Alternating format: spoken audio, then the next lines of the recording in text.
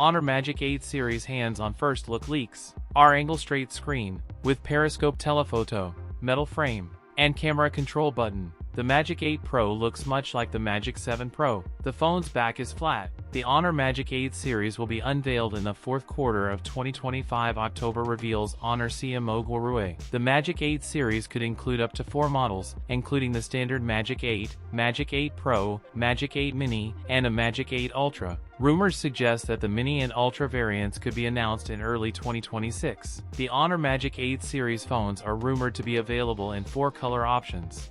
All phones in the lineup could come with wireless charging. The camera module of the Honor Magic 8 and Pro still has the same circular module design at the center. The Honor Magic 8 Pro is also expected to have a 200MP telephoto camera. Honor sharing Honor Magic 8 Pro night photography images is the true good of the night, and powered by the 8 Elite Gen 5 and ultrasonic in-display scanners. Honor Magic 8 Pro is on its way to surprise consumers with an 8000 mAh battery. Feature the 100W wired plus 80W wireless charging.